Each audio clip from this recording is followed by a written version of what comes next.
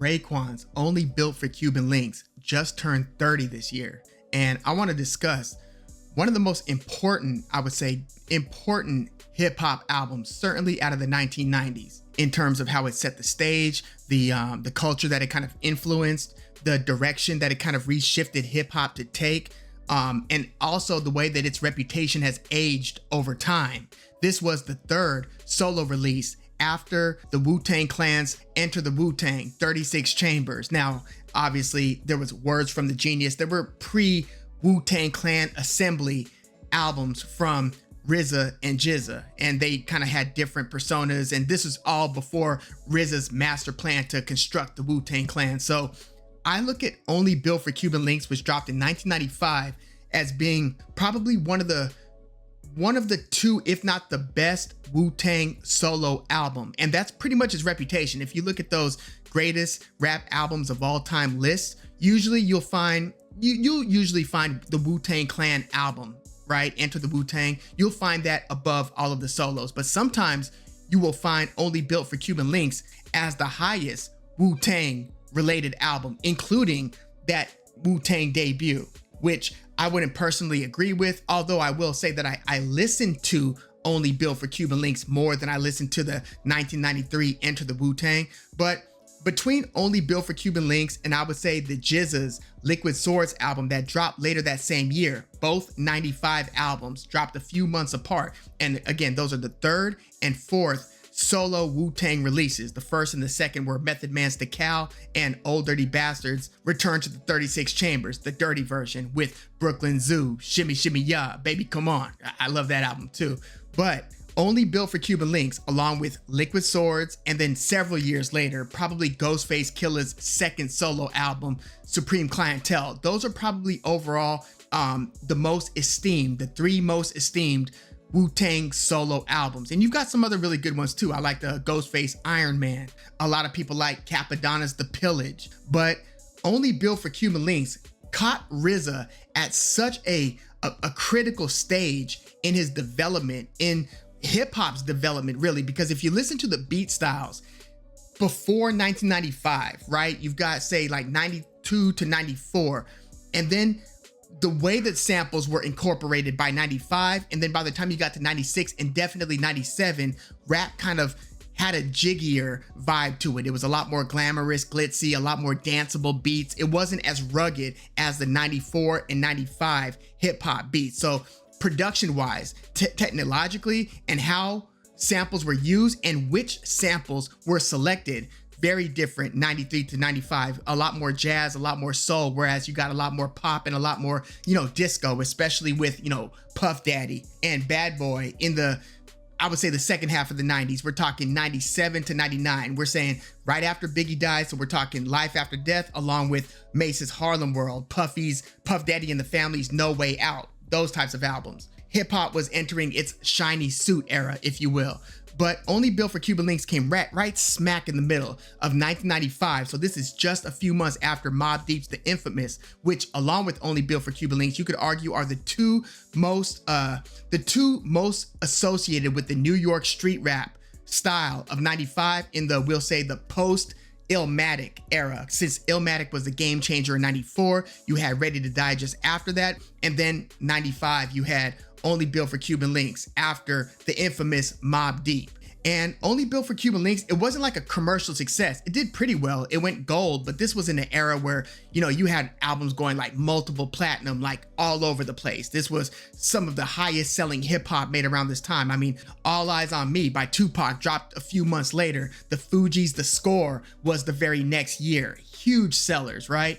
But Only Built for Cuban Linx, from a hip hop fan's perspective, was kind of what we were salivating for in an album around this time. Again, you got RZA at his perfect stage. He basically said that he was hardly leaving the house. He wasn't involved in any relationships with girls at the time. He wasn't being super social. He was just locked in during that late 94 into 95 period while he cranked out To Cal, Return to the 36 Chambers, Only Built for Cuban Linx, Liquid Swords, later Iron Man. This was RZA at the height of his powers. And you basically caught the sweetest part of that in this Only Built for Cuban Linx album. So this breaks Raekwon out there, right? Because they already had the Enter the Wu-Tang group album. But not only did you break Raekwon with Only Built for Cuban Linx, but you had Ghostface Killah basically guest starring throughout this whole album. This album almost feels as much a Ghostface album as a Raekwon album. I mean, there are a few songs where it's only Ray and no Ghost, but Ghostface is rapping on like over half of these songs. Like, he's all over this album. I mean, it kind of sets the tone, and you feel this duo, this tandem developing. I mean, it first started, you would say, on Can It All Be So Simple? Could It All Be So Simple? From the Wu-Tang album, right? Where it was them two rapping back, back and forth, trading verses basically. But with this album, starting with the intro, Striving for Perfection, which I really love that. I just love the dialogues and the skits between these two. It's really pretty iconic in hip hop. But from the album cover, and then what is it that Ghostface says at the end of the Striving for Perfection intro? He says, "I'm the eyes that's in back of you, kid." And then you look at the album cover and it's like, yeah, it almost felt like a brotherhood between these two. And from the first actual song onward, I mean, Knuckleheads, you had Ghostface Killah dropping a verse. On Criminology, 2 songs later, you had Ghostface with another verse. Again, he's throughout this album. You also had You God on Knuckleheads. But if you look at the singles from this album, you had Glaciers of Ice. I mean, you had Heaven and Hell, which was kind of like a teaser single. I don't remember if they had a video for that. I know that they had videos for Glaciers of Ice, Criminology, Ice Cream, and Incarcerated Scarfaces. But Heaven and Hell was kind of like the early teaser before the album even dropped. On that one, you could hear like these organ chords. And if it sounds like it's a Al Green sample, close. It's Syl Johnson, who was on the same label. Basically, they had the same producer, Willie Mitchell, and it was Charles Hodges on the organ. So Charles Hodges plays on all of those iconic Al Green songs. He also plays on Syl Johnson's music. Again, same team, same Memphis sound. This was around that time. So that's what the spooky organ sound on Heaven and Hell is. It's basically Al Green's backing band playing on this Syl Johnson song. But the singles, Glaciers of Ice, Criminology, Ice Cream, which is probably the biggest single. Like, I remember that video playing all the time, and it's got an iconic Method Man feature on the hook. It's just your quintessential single. If there was one on that album, it would be Ice Cream. And you also had Capadonna on that song. You had him on Ice Water. So you had a few songs with Capadonna. So it was starring Raekwon, directed by the RZA. He's like the mastermind. And again, his beats have never been better. And then you've got Ghostface Killah guest starring.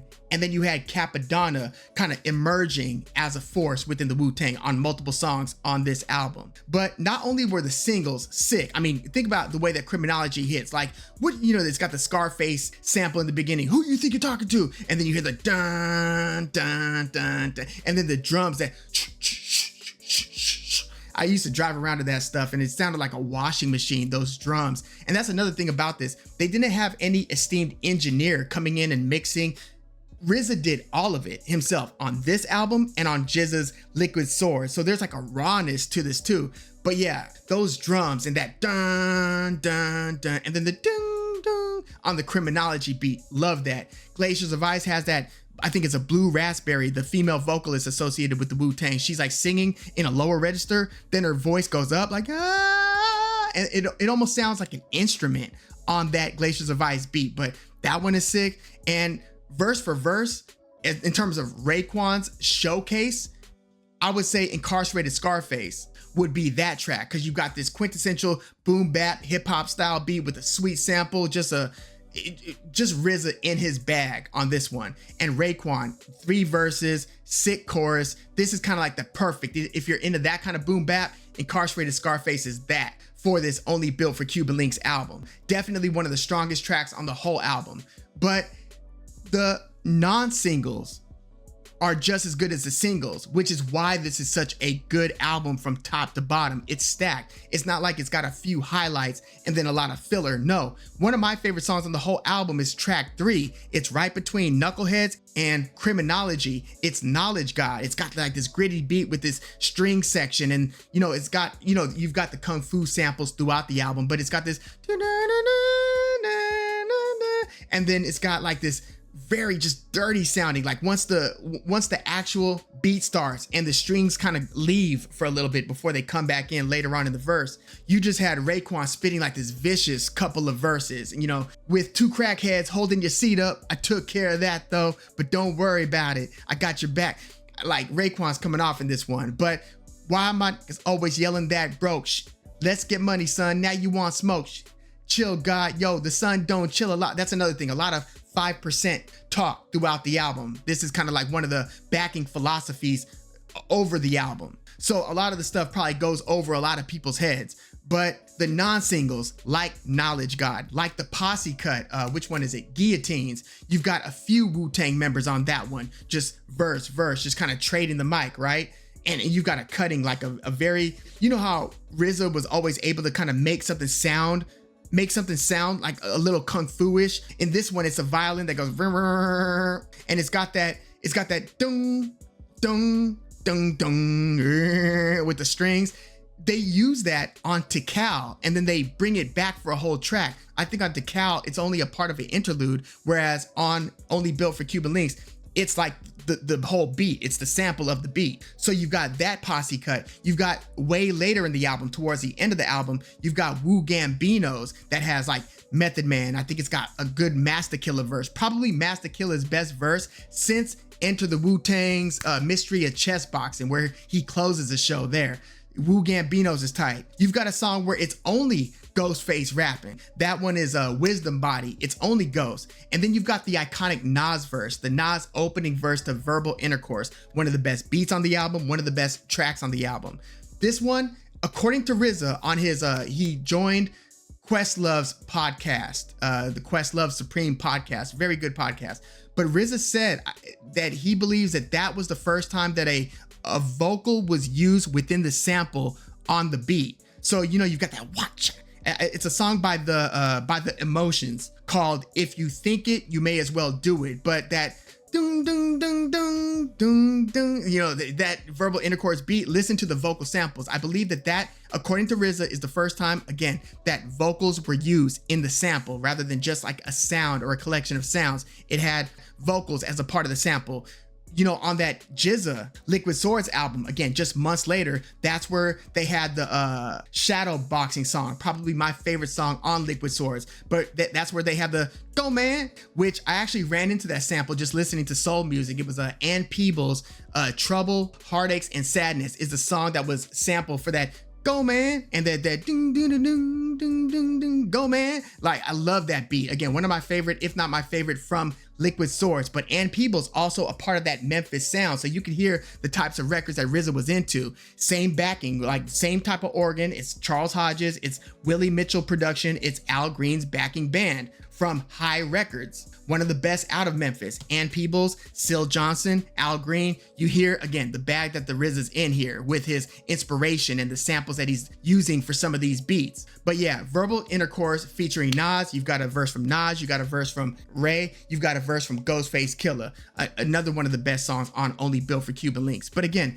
the reputation on this thing from beginning to end, again, it wasn't a commercial smash. In fact, when this album dropped was the first year that the Grammys introduced the Best Rap Album Award. It wasn't even nominated. I think the first winner of that award the year that this dropped was Naughty by Nature's Poverty's Paradise. That's the album with Feel Me Flow. And again, Only Built for Cuban Linx not only didn't win, but it wasn't nominated. The nominees that year were Bone Thugs and Harmony's East 1999 Eternal, Tupac's Me Against the World, Skee-Lo. Remember, I Wish I Was a Little Bit Taller. He got nominated for I Wish, the album. And there was one more. Oh, fellow Wu-Tang member, Old Dirty Bastards, Return to the 36 Chambers. That was Grammy nominated for Best Rap Album. But again, Raekwon's Only Built for Cuban Linx wasn't. This was like a hip hop heads album. This wasn't gonna have any, you know, singles that would crack the top 5 on Billboard's Hot 100. Nothing like that. No, this was a rugged, well put together, just well crafted, from top to bottom, almost no skips. The one song I wasn't crazy about was called Spot Rushers. I think that was like track 14. It was between that Ghostface only Wisdom Body and Ice Cream. Spot Rushers, it's a couple minutes long. Not one of my favorite tracks, probably the only one that I skip, aside from sometimes I'll skip Rainy Days. Not because it's actually quite a creative song. If you listen to how those samples are put together, it's very cinematic, as is this album. That's actually a very appropriate word to describe the album, cinematic. But yeah, I would say Rainy Days and Spot Rushers are probably my least favorite tracks on the album. Everything else I don't touch. I just let it play through. Love this album.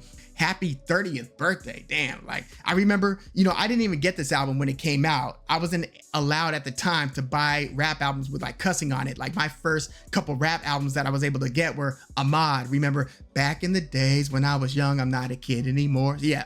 Ahmad was one of my first rap CDs, as was Salt and Pepper's Very Necessary. I think the first rap album that had cussing that I got was Warren G's G-Funk era, but I didn't get this until a few years later. But my cousin up in the Bay Area, he had this. So whenever I would go over to his house, I would go through his tapes. He had Illmatic. He had Only Built for Cuban Linx' CD. And I just remember looking at the back, opening, the little booklet, reading through it, seeing that they spelled Ghostface Killer at the time with the ER. They didn't do AH at that time. But yeah, I was always enamored by the way that whole album, from its album cover, the booklet. And remember, if you got the tape version, it was purple. So it's infamously the purple tape. It's notoriously called the purple tape. But yeah, to me, this is kind of like the height of the Wu-Tang. All systems go, clicking on all cylinders. It seemed like there was still a ton of camaraderie. You would always be happy to get Inspector Deck on a track. I think he kicks off that Guillotine song that I was talking about earlier.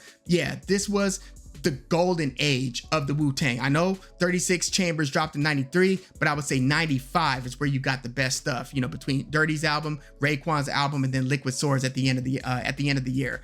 Iron Man, Ghostface debut dropped in 96, but 95 was really where it was at. But let me know your thoughts on all this. Let me know what your 3 favorite songs from Only Built for Cuban Linx are. For me, it's hard to narrow down. Maybe Incarcerated Scarface, maybe Knowledge God, and either Verbal Intercourse or Glaciers of Ice, Criminology. It's tough. Even the last song that has the late Papa Wu, rest in peace to Papa Wu. But Papa Wu, who popped back up on Only Built for Cuban Linx 2, has the final track. He's just, kind of kicking some wisdom, giving some advice. He was good for that on some of these Wu-Tang, projects. But he's on the last song called North Star, which I think was only on the CD version. It was like a bonus track after Heaven and Hell. But yeah, let me know your thoughts on all this. By the way, Raekwon just dropped a new album a couple weeks ago called The Emperor's New Clothes. Give that a listen if you're down with the Wu. Yeah, but Only Built for Cuban Linx turned 30. Let me know your thoughts on the album. Let me know your 3 favorite Wu-Tang solo albums, and let me know your 3 or 5, but let's go 5. Let's go 5 favorite songs from Only Built for Cuban Linx. Let me know your thoughts in the comments. Like the video, subscribe to the channel if you love hip hop like I do. I'm Woog. Thanks for tuning in.